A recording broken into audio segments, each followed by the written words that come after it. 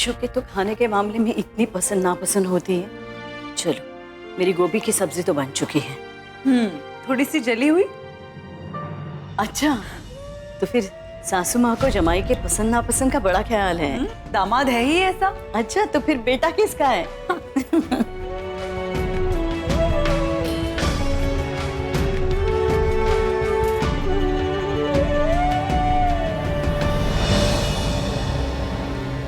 बीवी, अगर तुमने अपने इमोशंस के घोड़े कंट्रोल नहीं किए तो सबको सब कुछ पता चल जाएगा।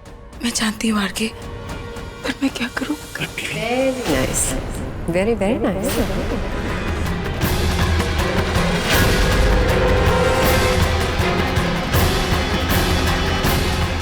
जान सकती हूँ क्या चल रहा है यहाँ पर? नहीं, एक पति और एक पत्नी के बीच क्या चल रहा है ये कोई ब्रेकिंग न्यूज नहीं है जो हर कोई जाने। ओह कम ऑन आरके, अब रिश्ते में तो हम तुम्हारे अपने लगते हैं, फिर अपनों से क्या छुपाना कि क्या खिचड़ी पक रही है।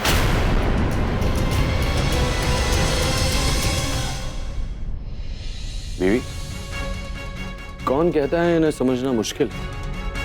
ध्यान से देखो, हम दो कबाब और ये खुद समझ जाएंगे।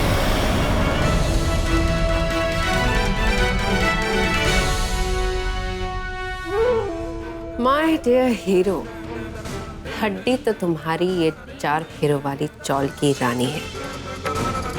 बाकी इतना तो तय है कि कुछ तो छुपा रहे हो तुम दोनों।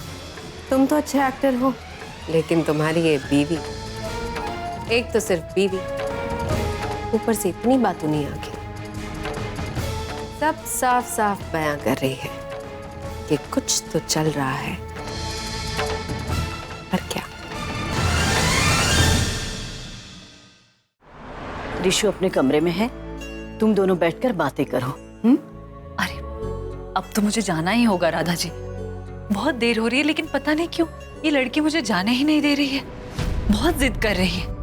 ये जिद्दी आपके घर से आई है भाई, हमने तो कुछ नहीं सिखाया इसे। अब बैठिए, मैं चाय भिजवा देती हूँ।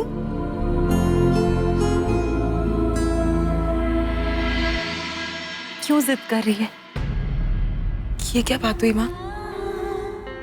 बस तेरी बहुत याद आ रही थी, तो मन नहीं कर रहा था तुझे छोड़ने का। मधु, क्या हुआ? सब कुछ ठीक है ना? मेरा मतलब तेरे और आरके के बीच कुछ झगड़ा वगड़ा? नहीं माँ, हमारे बीच सब कुछ ठीक है। वो क्या बात हुई माँ? एक बेटी अपनी माँ को हक भी नहीं कर सकती?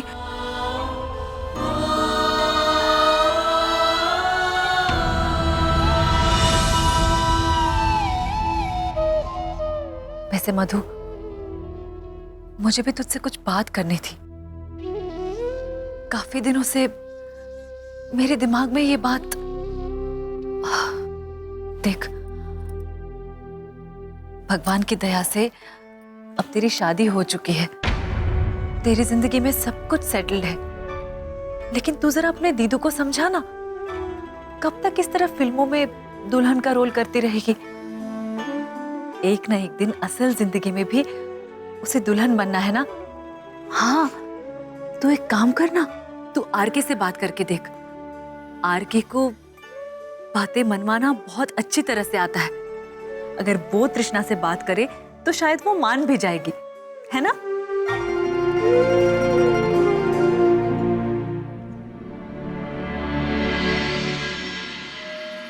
आरके और उसकी आइटम बीवी, कुछ ना कुछ खिचड़ी तो जरूर पक रही है दोनों की अलग से।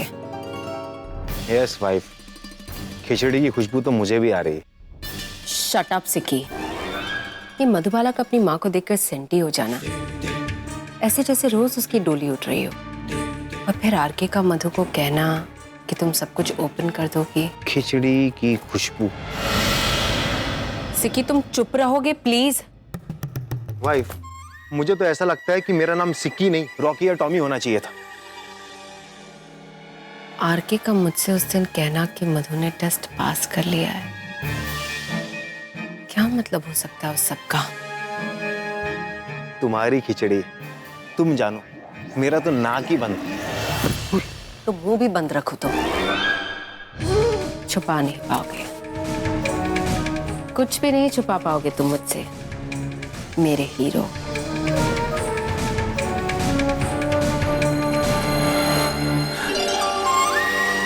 मैं तो वैसे भी कोशिश नहीं कर रहा, मेरी हीरोइन।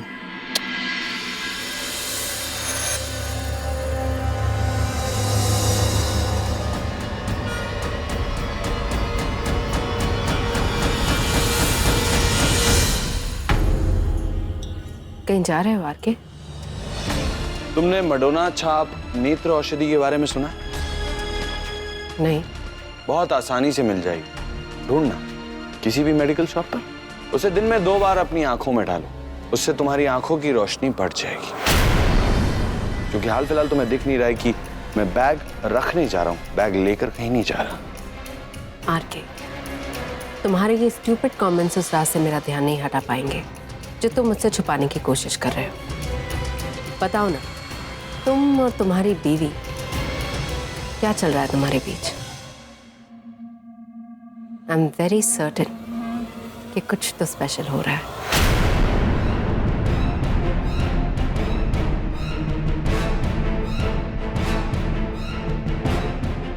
बोलो ना आगे।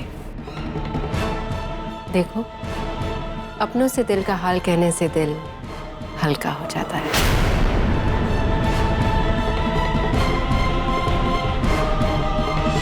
वैसे आरके के बात में कोई जादू है, उसे कोई ना ही नहीं बोल सकता। देख ना, उसने मुझे शादी करने के लिए कैसे मनाया। शादी, संगीत, मेहंदी, सब कुछ। मैंने कभी नहीं सोचा था कि मेरी जिंदगी में ये सब कुछ होगा। मधु, जब से वो हमारी जिंदगी में आया है ना, कितना कुछ बदल दिया है उसने। हम सबकी जिंदगी में उसने सिर्फ खुशियां ही खुशियां दी है, सुख ही सुख दिया है। वैसे मैं सोच रही थी मैं आरके को खाने पर बुला लूं, है ना? हाँ, होली का त्योहार आने ही वाला है, मैं उसे होली पर बुलाऊंगी। इस बार त्योहार की बात ही कुछ अलग होगी। पापा की दया से अब हमारे घर में सब कुछ ठीक हो गया है, तो उनका स्वागत भी धूमधाम से होगा। और मधु, मैं सोच रही थी कि जल्द से जल्द हमारे चौल में सत्यनारायण की कथा भी कर। मधु, क्या हुआ?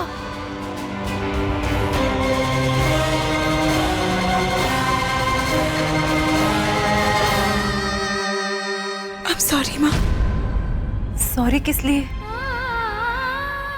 मधु, तू मुझसे कुछ छिपा रही है, बोल क्या बात है? माँ, कल रात जब वापस लौटा था तो मैं बहुत घबरा गई थी। एक पल के लिए मुझे लगा मैं सब कुछ खो दूंगी। माँ, आने वाले कल में जब मैं तेरे पास नहीं रहूंगी, तब अगर ऐसा कुछ होगा तो? तू नहीं रहेगी मतलब?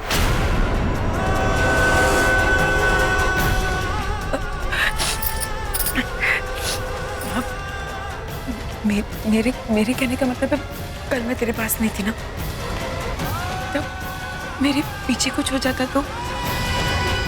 बस वही सोच के उल्टे सीधे ख्याल आ रहे थे मेरे दिमाग में।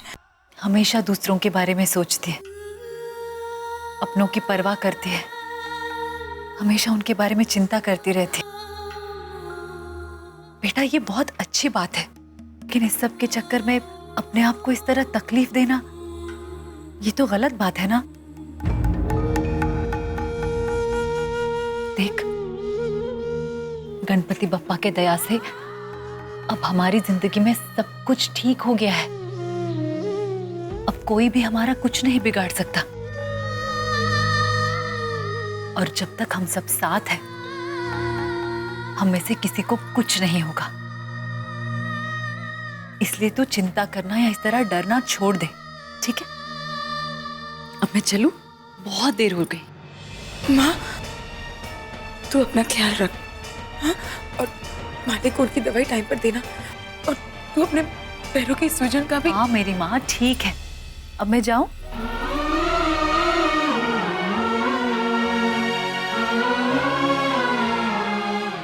चलती हूँ, कल आना जरूर। हाँ,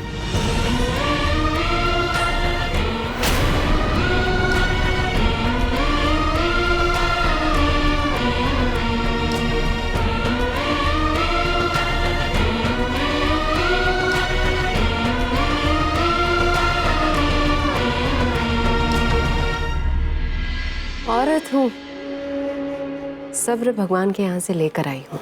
एग्जैक्टली। दोनों हाथों में तुमने इतना सब्र उठा लिया है कि अकल उठाने की जगह बची ही नहीं है। इनफ आरके, अब बता भी दो। देखो, तुम तो मुझे जानते हो मैं कितनी जिद्दी हूँ। जब तक नहीं बताओगे ना, हटूंगी नहीं यहाँ से। मैं जा रहा हूँ। मैं जा रहा हूँ। हमेशा हमेशा।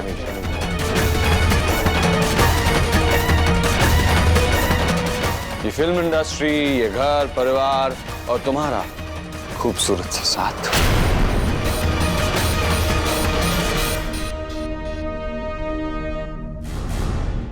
कब सीखोगे ऐसे मजाक करना आरके, कि जिन पर हंसी भी आए?